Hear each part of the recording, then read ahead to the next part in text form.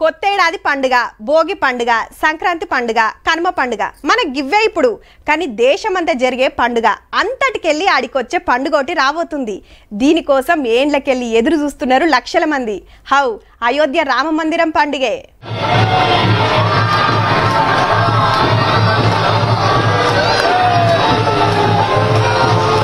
Kilometre 2 కిలోమీటర్లు కాదుల్లో 15 కిలోమీటర్లు అయోధ్యలో రోడ్ షో చేసిండు మోడీ సారు.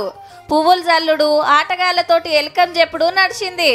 మొదలు రైల్ స్టేషన్ ఓపెన్ చేసి 8 బండ్లకు జెండా ఊపిండు. అన్ని రాష్ట్రాలకెళ్ళి అయోధ్యకు రైలు నడిపిస్తారట.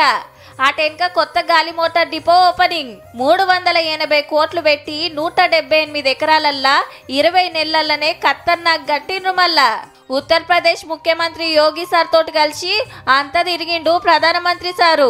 జనవరి 22వ తారీఖు నాడే మరి రామ మందిరంలో రామయ్య దర్శనం. అంటే ఇంకో 22 రోజులే.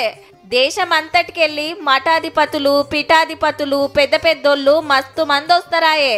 ఇక రామ భక్తులకైతే లెక్కే ఉండది. గందుకే సకల సౌలతులు చేస్తుర్రు ఖర్చుకెనక పోకుండా.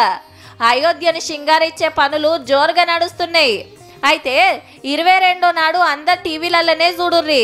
చాలా మంది వస్తే తక్లీఫ్ అవుతుంది. రాత్రికి ఇండ్ల మీద దీపాలు ముట్టియాలని ఆవాజ్ ఇచ్చిండు మోడీ సారు. మర్నాటి సంధి అందరు పోవచ్చట. अयोध्या आने का मन 22 तारीख को न बनाए, प्रभु राम जी को तकलीफ हो, ऐसा हम भक्त कभी कर नहीं सकते हैं।